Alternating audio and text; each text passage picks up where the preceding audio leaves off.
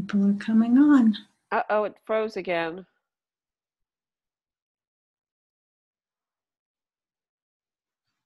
Hello, Okay, everybody. Brian's here. Hi, Brian. Hi, good to see you. We're doing a little bit of freezing. Hopefully it'll mellow out.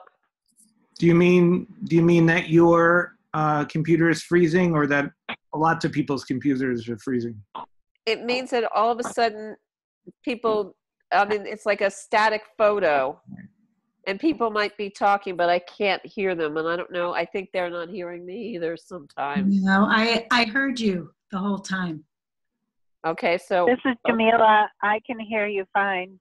Okay, Great. now we'll see. We'll see what happens. We'll. Great. Don't tell me it's my computer because it's not that old. Well, it's probably not the computer. It's probably the internet connection. Hey, folks, it's so wonderful to see you. I'm going to mute people right now. It's best, especially if you have more than 2 or 3 people, that everybody's muted until you actually have to say something. So I'm going to mute folks. Here we go. Brian, I don't know. Oops, I think I muted someone who was talking. You did. Oh, there you are, Pearl. Okay. Did you want to say something, Pearl? I wasn't talking. Oh, okay. I just said you did mute someone who was talking. Okay. All right, I'm just going to go through here. A lot of folks tonight. We got a nice gathering here. Cool. All right, I think everyone's muted. Okay, let's sing a little bit.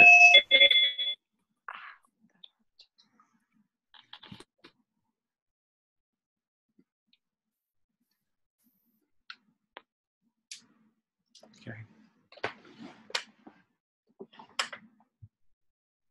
I'm going to ask you if this harmonium sounds okay, because I've gotten mixed reviews of how it comes over on the Zoom. So just listen to this for a minute. Tell me if it's all right. You can give me a thumbs up or thumbs down.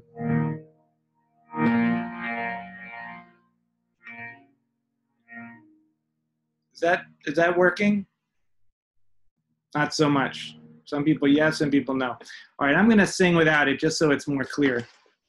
So the beginning of this melody, the first part goes like this. And we live in this wonderful time of technology that we can connect at distance, but we can't yet necessarily sing all together, unfortunately. It doesn't sound that great. So, so you'll just be hearing me sing, but please sing out and sing all together, even though we can't hear each other. Okay. And just to let those folks know who are coming in now, I'm muting everybody, and it's best to keep yourself muted until you want to talk. Tonight, since we have a lot of people, not everyone's going to get to talk probably, but I want to make sure that we hear from 1 or 2 people, and then as we go through, we have 22 classes. So we'll get to hear from everyone. That's a brilliant idea authored by Laura Rifkin, by the way. Okay, here we go. First piece goes, lie. Wait a minute. There we go. Hi, lie, lie, lie. Let's try that. Hi, nine, nine, nine. Next piece. Hi, ya, ya. Try that. Hi, ya, ya. Next piece. Hi, la, la, la, ya. Let's try that together. Hi, nine, nine, nine, nine, nine. That's really the whole thing. It's very simple. So I will sing the whole thing. You might want to listen to it, but then join in as soon as you get the hang of it. Here we go. Hi, nine, nine, nine. Hi, hi, hi. Hi, nine, nine, nine, nine, nine. Hi, die, die, die. There we go, up. Hi, hi, hi. Hi, da, da, nine, nine, nine, nine. That's the whole cycle. Ahai, rai, rai, ai. Ahai, ai, ai. Ahai, nai, nai, ai, ai, ai. Hadadai, ai, ai, ai. Ai, ai, ai. Hi, I, nai, nai, nai, I, nai, hey, hey, hey, hi, I, ha, da, da, ya, ya, ha, da, da, ya, ya, ya, ya, ya, ha, da, da, ha, ha, hi, ha, ya, ya. Let's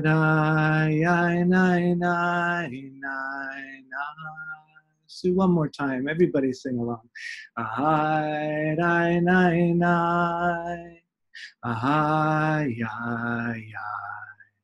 Ha-da-da, ya, ya, ya, ya, ya. Ha-da-da, ha, ha, hi. Hi, hi, hi. Nine, nine, nine, nine, nine, nine. Amen, amen.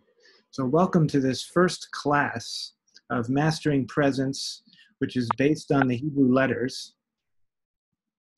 And I'm just going through to make sure, just to let folks know, I'm making sure that everybody is muted, and so you can keep yourself muted until you have to talk.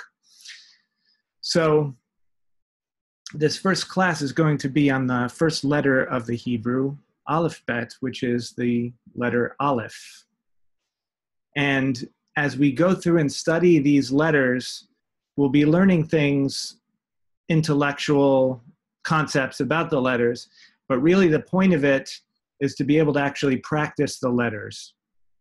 All of the letters are pointing to the same root, but they're different angles, different portals into the same thing. So some of the ideas, and the first one that I'm going to talk about is something that comes from a person who's known as the Arizal. Arizal is Yitzhak Luria, who was a Kabbalist, who interpreted the Zohar. And the Zohar is sort of the main source text of Kabbalah that comes from the Middle Ages in Spain.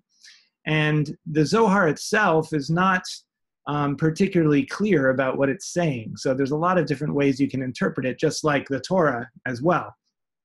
Some texts are trying to explain what other texts ambiguously are saying, and other texts are simply mystical explosions into history. And that's kind of what the Zohar was. The Zohar was more like mystical poetry. And then several different people came along to interpret it and try to systemize the knowledge. And the Ari, or the Arizal, is the most common one. It's the one that most Kabbalah that people talk about today comes actually from the lineage of the Arizal. So what he talked about is that the letter Aleph is composed of three letters, a letter Yud on the top, a letter Yud on the bottom, and a letter Vav that connects them. And I'm going to put an image of the Aleph, just very, very low tech here. I'm just going to hold it up to the screen so you can see. If you downloaded the source text that I put up on the Facebook page, you can check it out, but you don't have to do that. And I almost encourage you not to do that too much, because then your brain is split in two different directions looking at stuff and listening. But this is the Aleph.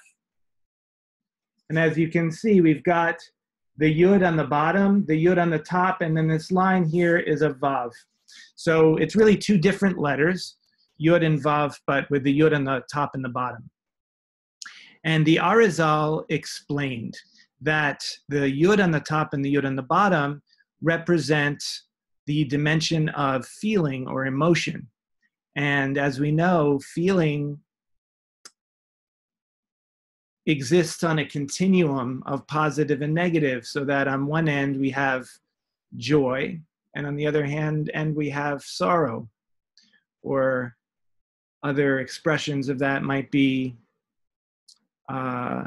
being pleased and being angry, or feeling like things are going and unfolding in such a smooth, synchronistic kind of way, versus feeling frustrated like life is opposing you, right? So they're both feeling tones that exist on this spectrum.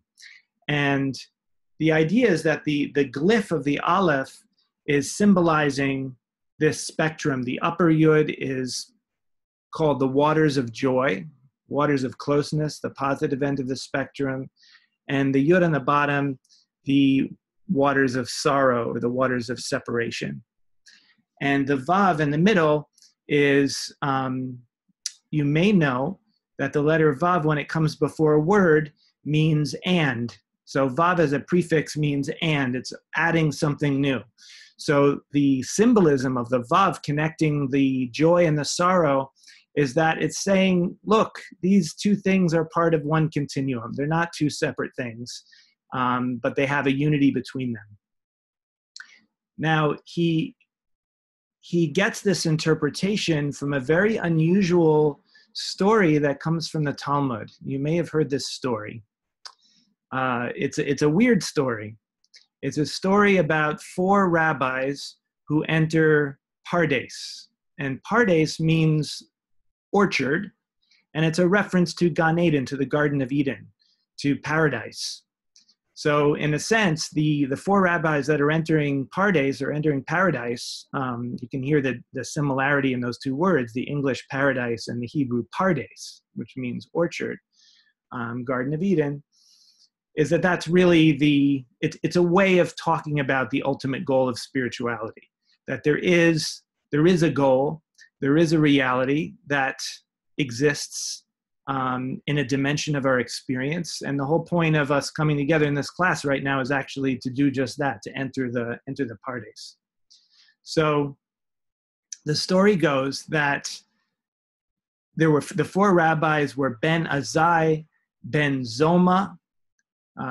Ben Zoma, some of us have studied some of his words before. A guy named Elisha ben Abuya, who they called Acher, and Acher means other. So he was called the other because he had, part of what happened to him is he separated himself from the community. And Rabbi Akiva.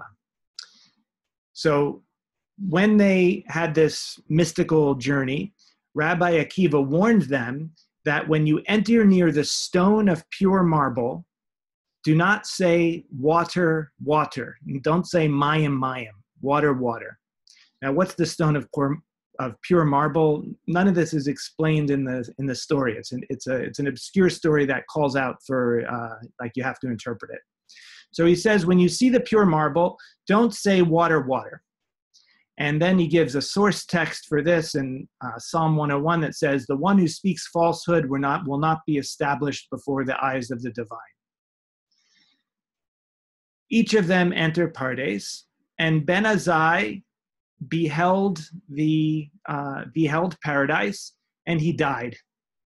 And regarding him, it is written from Psalm 116, precious in the eyes of the divine is the death of the pious ones.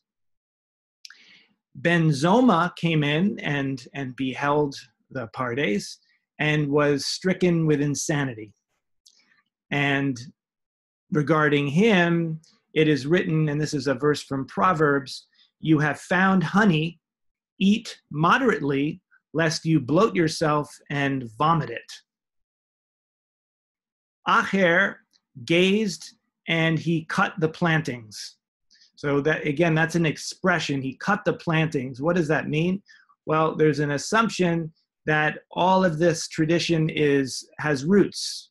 You know, we have roots in the heritage, in the lineage, and he kind of cut that off. Somehow he separated himself from all of that. And only Rabbi Akiva entered in peace and departed in peace. So Rabbi Akiva becomes the paradigm for being able to being able to handle what Pardes actually has to offer. And then Arizal comes along and he says, well, what does that really mean? What is Akiva really being able to handle? He's being able to handle the unification of joy and sorrow. Unification of joy and sorrow. So I just want to pause there for a minute and just kind of check in with yourself. Usually in our lives, there are elements of joy and elements of sorrow, right? We may experience them alternatingly. Some of us might feel, depending on our situations, might have some level of underlying sorrow that's kind of there all the time. Other folks might not really feel that, might feel more joyful all the time, but then get really bummed out about certain things, right? It's different for everyone. And there's no right or wrong way, but I just want to invite you for a moment to consciously invite yourself to fully feel joy and sorrow together. And you don't have to have a particular goal of what that's supposed to feel like, but just have the thought that you're opening yourself both to joy and to sorrow.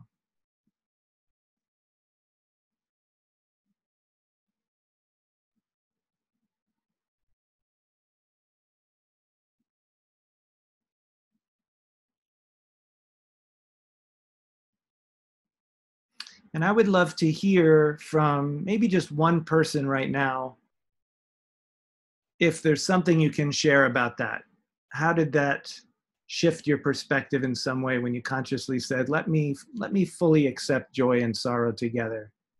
And those of you who are on video, it's a lot easier for me to to see that you want to say something. So why don't we stick with video folks for now? We'll get other times we'll get to hear from other folks that are on the phone. But maybe if you can just kind of raise your hand in the video and let me know if you can just share with us a little bit if you felt some shift with that.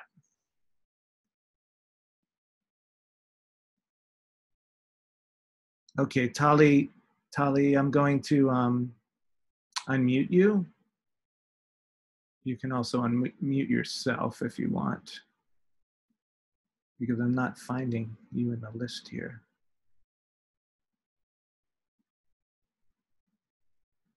Talianne, you want to just unmute yourself? Okay. There we go. Good. All right. Actually, it immediately brought back a memory, and that I just went into that space of thank God my husband is doing well, but the moment when he was diagnosed with pancreatitis, I had a whole, it was the holding of two energies, and I never imagined, but that was really, I couldn't get any more concrete of what to, the experience of holding, having to hold and to be able to be in that state at the same time. And I think about that often, and knowing how to hold that. If you don't know sadness, you never can really experience true joy. And so that is that holding both of those. And I just felt this, it's like coming together within me when you said that, with the holding of both. Thank you so much. Thank you so much. Baruch Hashem. So that's something that we can all learn from, and just kind of note that if you have an experience of being able to open to joy and sorrow together, or you have a kind of deeper level of insight of how to do that, how to open to that, then you can use that memory. Sometimes it helps to have that memory, and not to be stuck just in the memory, but to use the memory as a way to plug into whatever joy and sorrow is there right now. I want to tell you a little story about Rabbi Akiva, which is a different approach to the unity of joy and sorrow. You'll see it's a little different. There's many ways of doing it. There's many ways that we can discover pathways of the mind that can help us to get free from dualistic thinking and resistance to what our experience is and open to the reality of whatever is in the moment. And this illustrates one particular way. So the story goes that Rabbi Akiva was traveling, and he came to a city that he was going to visit, but he came too late. And so the city gates were closed because it was night, and they closed the city gates at night. And he had with him a donkey that was holding his stuff that he was carrying. He had a rooster, because the rooster was apparently an alarm clock back then. They didn't have alarm clocks, but roosters worked for that. So he needed that rooster to help him to get up in the morning and do what he had to do. And then he had a candle so that he wouldn't be in the total darkness. So as the sun went down, it said he had to kind of camp out in the woods outside the city. And the first thing that happens is a big gust of wind comes and blows out the candle. So he's in the dark. The next thing, a little while later, he hears some horrible noise and growling and braying of the donkey, and a lion came and ate his donkey, killed and ate his donkey. The next thing that happens is some kind of wild cat comes along and eats his rooster. So if you can imagine, all of your stuff, all of your tools, we all have our little things that we rely on, probably, if your iPhone or something, that's probably the thing that people freak out most about losing. But imagine all your stuff is taken away, and the impulse would be to be really panicky about that or really upset about that. Instead, he says in Aramaic, he says, look, everything that HaKadosh Baruch Hu does, everything that the Rachaman, the compassionate one, does is ultimately for compassion. It's ultimately for the good.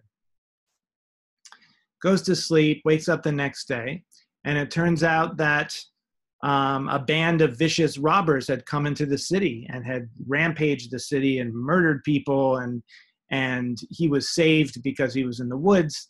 And of course, the absence of the donkey and the light and the rooster made it so that he wasn't discovered. So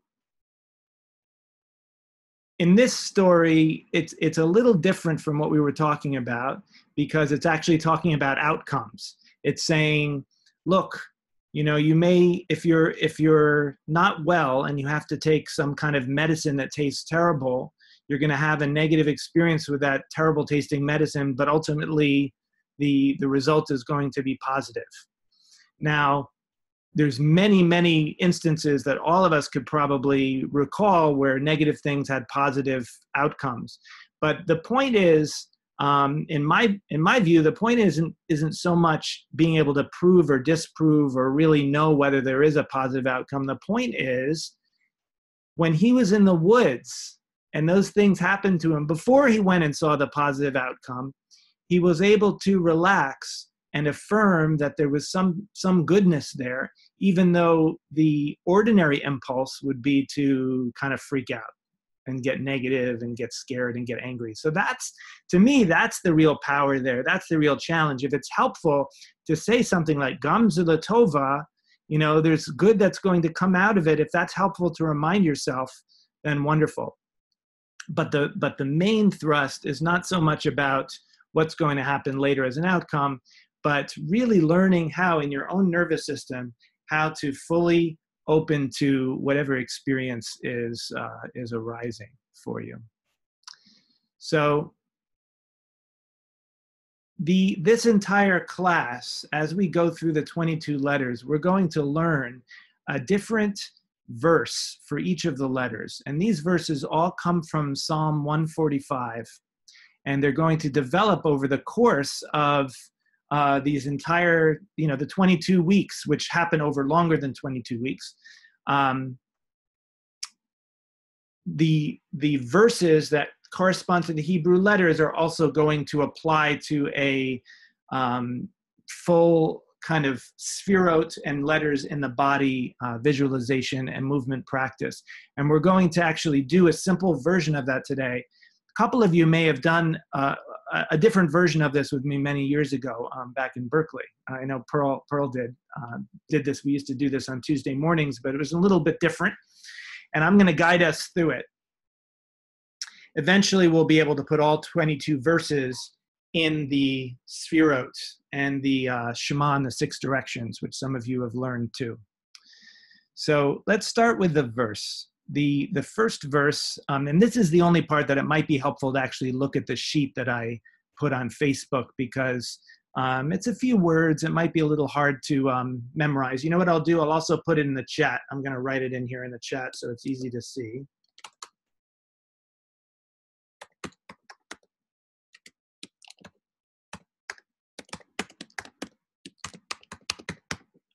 So this is the first half of the phrase. It says, oops, it changed Elohai into Aloha. Let me do that again. There you go. No, it's not Aloha. Wow, it wants to change it to Aloha. There we go. Okay. Oops, it's only going to Pearl. Sorry about that, technology. Oh, one moment.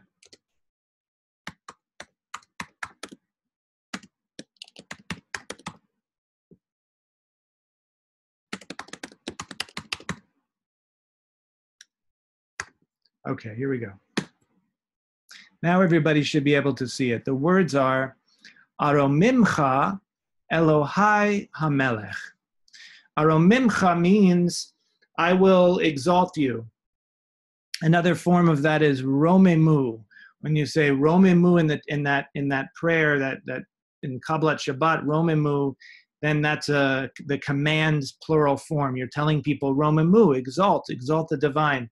This is the first person saying, I will exalt Elohai. Elohai means my divinity, or my God. I will exalt my God. HaMelech literally means the king, but the king is, of course, a metaphor, and the implication of that, we could also think of it as sovereign, is that there's a sense of surrender. There's something bigger in charge. There's something that we don't have control over, but that is actually giving us everything we have in this moment, that's responsible for our existence. So it's the acknowledgement of the bigger picture, of the bigger reality. Aromimcha Elohai HaMelech. And so when we chant those words, I want you to find within yourself that sense of really bowing before what is, that sense of surrender. And so to do a physical movement with it, we can lift hands like this, and also do a little bit of a bowing of the head. That symbolizes that sense of surrender. So we're going to bow the head, lifting hands, Aromimcha Elohai HaMelech. Nice. Yeah, and you can practice, we can't hear each other now, just practice saying those words, Aromimcha Elohai HaMelech. Okay. Okay. I'm going to give you the next and last part.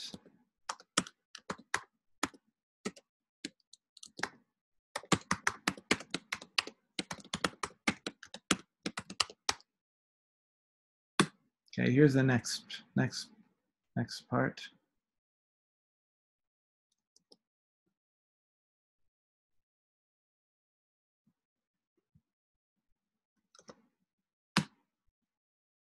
It says, Va'avarcha shimcha leolam va'ed. And avarcha means I will bless. Shimcha means the name, meaning the name of the divine. And leolam va'ed means forever and ever, means constantly. So as opposed to the first line, which has to do with surrender and just accepting of whatever is, now it's not just surrender, it's actually blessing, it's giving thanks, it's acknowledging the positive.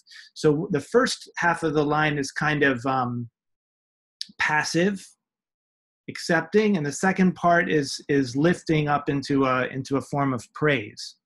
We might also think of these two halves of the verse as the lower yud and the upper yud. So the lower yud has to do with the experience of pain, the experience of sorrow. Aromimcha Elohai HaMelech. I accept that which comes to me. Va'varcha shimcha le'olam va'ed, and I give thanks for all of the blessings as well. And so, in this sense of chanting and alternating between the two halves of the verse, we are being the Vav, we're being the Aleph, we're being the unity between joy and sorrow. Let's try a little bit of that right now. And this will use the niggin that we were singing before. The first piece is going to go like this. Aromimcha Elohai HaMelech. Let's try that together. Aromimcha Elohai HaMelech.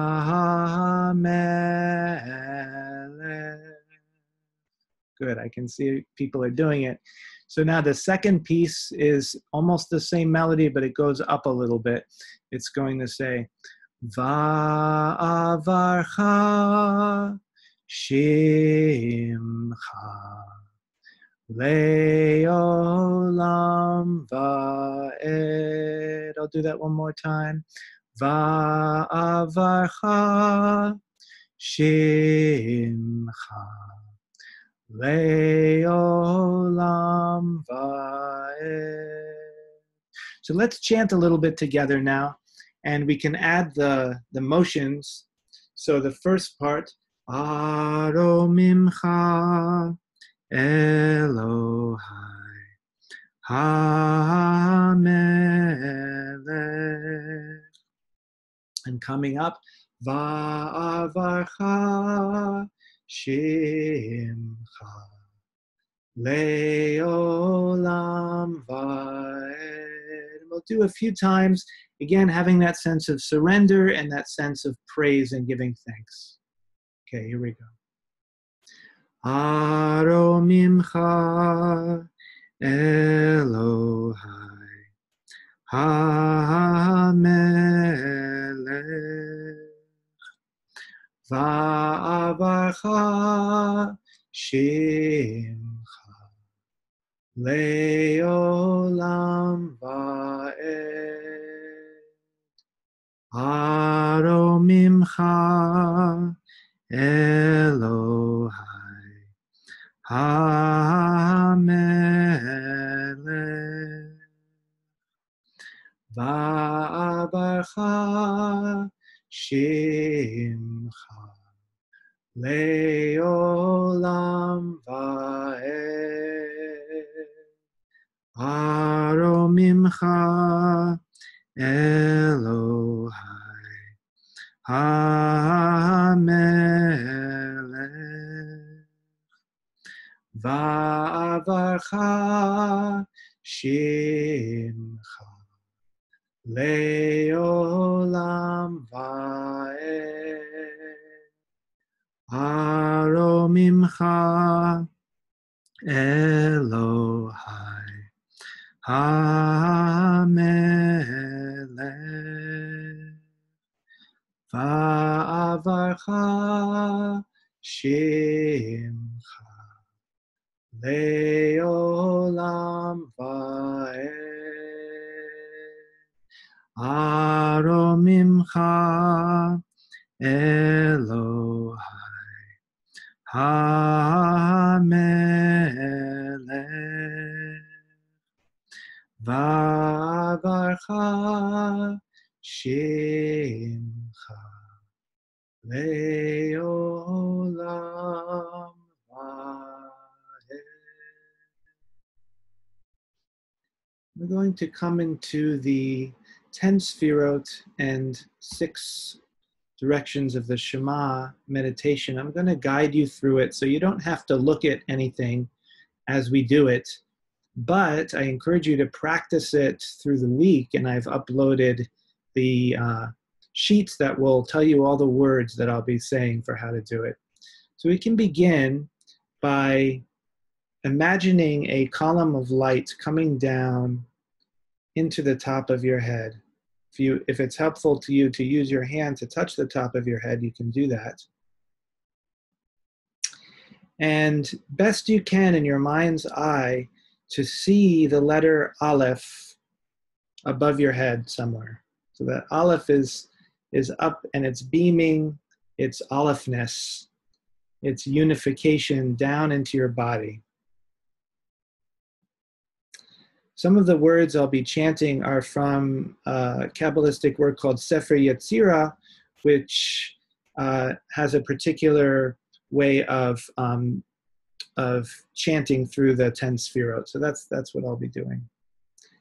Achat Ruach Elohim Chayim, which means one, the living spirits.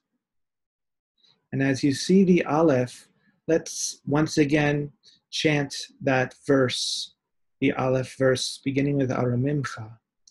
Aromimcha Elohai HaMelech Va'avarcha Shimcha Le'olam Va'ed. And bring right hand downwards to your belly and imagining the light coming down through your body and down into the earth. And you can imagine the Aleph actually descending into your body so that the top yud is your head and the bottom yud is below your feet and your spine is the vav. So it doesn't look exactly like the regular Aleph, but it's spread through your body. If you have trouble visualizing it, no problem. Just know that it's there and that the Aleph is in your body. And bringing your awareness down into the earth, visualizing the light from above, extending down into the earth below. Shtayim ruach me ruach. 2, spirit from spirit. And bringing your right hand up and cupping the right side of your skull, imagine a light coming from the right side of your body and enlivening the right brain. Shalosh mayim meruach. 3, water from spirit. L'shem yichud kudsha brichu, for the sake of the unification of the Holy One. And now bringing left hand to cup the left side of your skull, imagining light coming into the left side and feeling a connection between the right and left side. Arba esh memayim. 4, fire from water.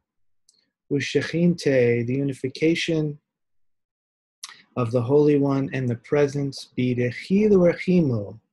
And we're bringing right hands down, palms together in front of your mouth. This is the sphere of dot, of knowledge, of unification.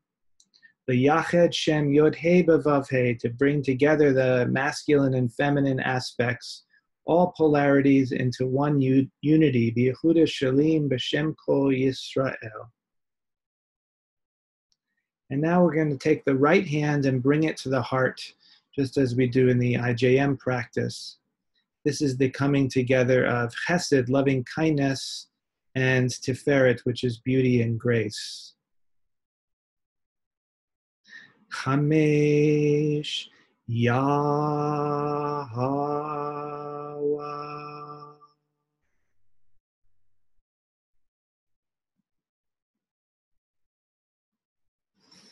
And bringing your left hand down to your belly with your right hand still on your heart. This is Gevura, strength, the left hand and the belly. Shesh Yahweh.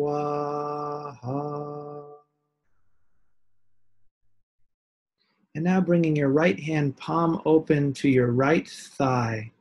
This is the sphere of Netzach, which means persistence, the quality of persistence. Sheva Hayawa. And now bringing your left hand palm up to your left thigh. Shemone Hawaya.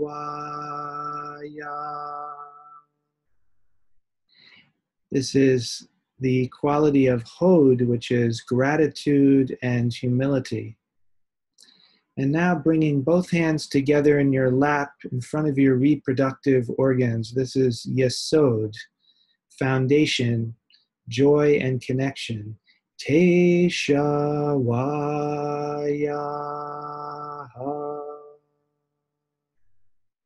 And once again, bringing hands palms up and open, becoming aware of the space around you, the world, Malchut, Malchut, the kingdom of the divine in which everything is living.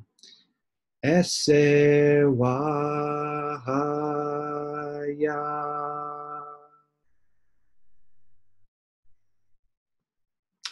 And we're going to project the words of the Shema in the 6 directions.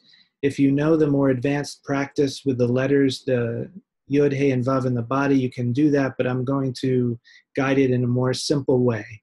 If you know the hand motions, you can do that too. Otherwise, just follow along with my more simple guidance. So we're going to breathe in and fill the body with light and project the word of the Shema, the first word Shema, upwards at the top of your head, infinitely into the heavens, breathing in and breathing Shema upwards. Shema.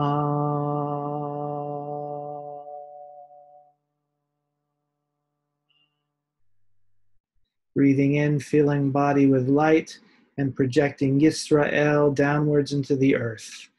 Yisrael.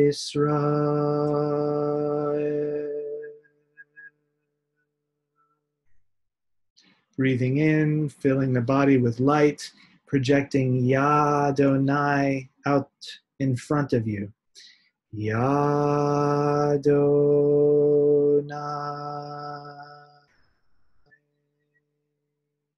Breathing in, filling body with light, projecting Eloheinu out the back.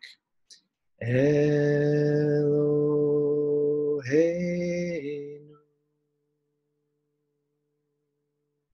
Breathing in, filling body with light, projecting Yadonai to the right. Yadonai.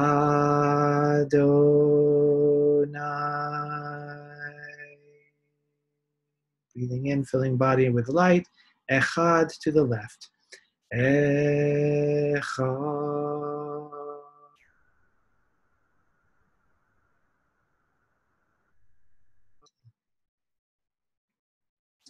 Chanting the word Baruch, and with your left hand bringing light into your heart from the left.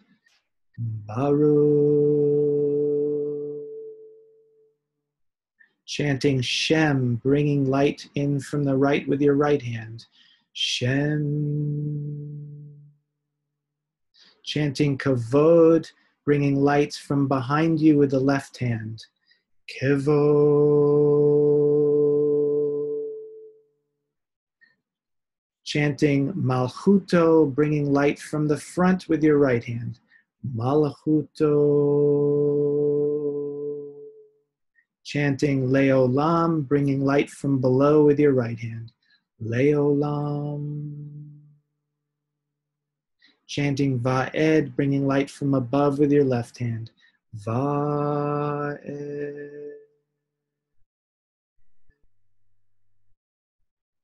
Ve'ahavta et Hashem Elohecha, loving the divine. Bechol levavacha, bringing your right hand to your heart, offering your awareness to all that arises in your experience moment to moment, with all of your heart, chanting the word lecha for you on a long out breath, breathing in. Lecha.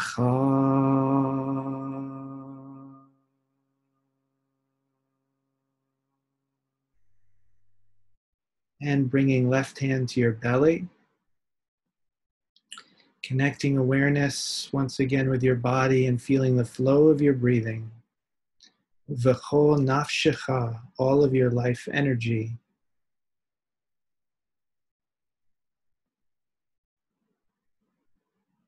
And affirming this body connection with Na'aseh, deep breath in. Na'aseh.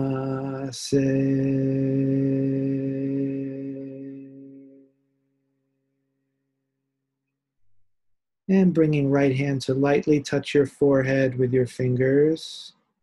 Uvechol meodecha, all of your expansiveness. Noticing that the awareness that fills your body and connects with your breathing is also in a vast and borderless field beyond your body, aware of the space around you, chanting Venishma, deep breath in. Venishma.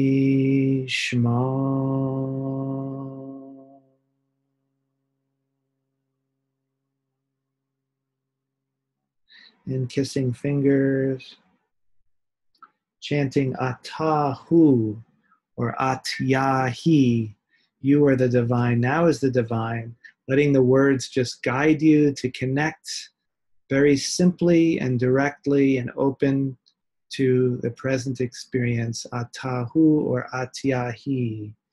Atahu, Atahu. Atahu, Atahu, Atyahi, Atyahi, Atyahi,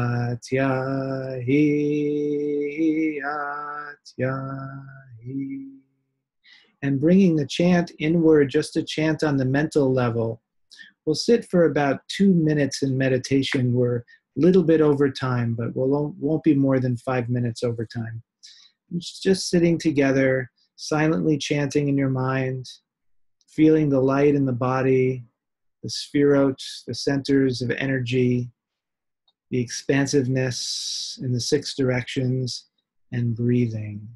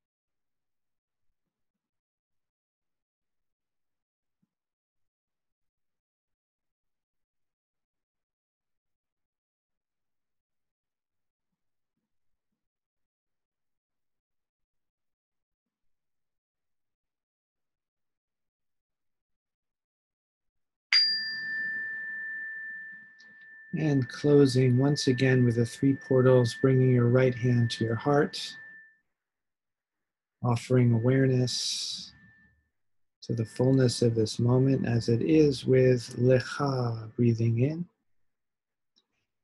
Lecha.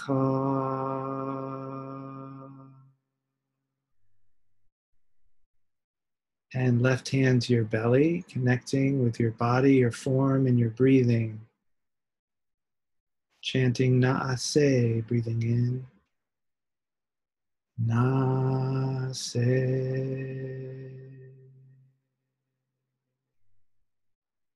And bringing right hand to touch your forehead, aware of the field of awareness extending beyond the body. Venishma, breathing in. Venishma.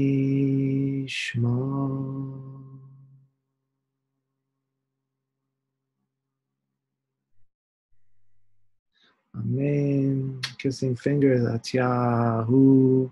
Osei shalom b'mromav. Hu yaseh shalom aleinu v'yalko Yisrael. Yalko ha'olam v'yimru. Amen. So I want to give you the assignment this week of really chanting that verse a lot so that it becomes completely second nature to you.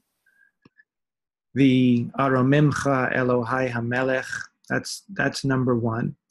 And then number two is to use the two sheets, which are the 10 Sfirot and body of light, and the Shema, and I think it's called Shema in 6 directions, 3 portals, something like that. It's the 10 Sfirot and the Shema, 2 different sheets, and see if you can really practice that every day, beginning the whole practice with Aromimcha Elohai Melech, so that you can make that connection become second nature with that verse, and the meaning of the verse, which is the unification of joy and sorrow, really the opening to all experience as expressed in the symbol of the Aleph. And you want to train yourself and inscribe within your nervous system the ability to plug into that openness through that very first verse, Aromimcha, okay? Now, you may have questions. Let's dialogue. You can put it up there in the Facebook group. That's one of the main reasons for that, is so that we can talk and share our experiences ongoing throughout the week. I look forward very much to seeing everybody again next Tuesday. All blessings to you. And the cohort folks, we're going to get back on in just a minute. Brian, can I make a request? Yes. Can you email those? Because I would like to copy them, and I'm having trouble copying anything from Facebook. Is that possible? I can. Yes, I can definitely email it to you. And I would just say, if anybody else wants me to email it to them, just let me know. You get emails from me, so just respond to one of them. Everybody has my email. Yes. I love people are saying, Yes. okay, it looks like there's some consensus on that. I can. Yes. Also, the sound was going. There was. I don't know if I was the only one, but the sounds. No. You were okay. No. I'll see. I will also post the video of this class, and when we see the video, we'll see if the sound is okay. If the sound is okay, then that means it's probably more just your internet connection popping in and out. If it's not okay, then we have to figure something out. Okay. All right. All right. Be well. I'm going to connect with some of you in just a couple minutes. Everybody else, I'll see you in the Facebook group and next Tuesday. All blessings. Be well. Okay, thank you. Bye-bye. And Chodesh Tov and Happy Elul. Yes, Chodesh Tov.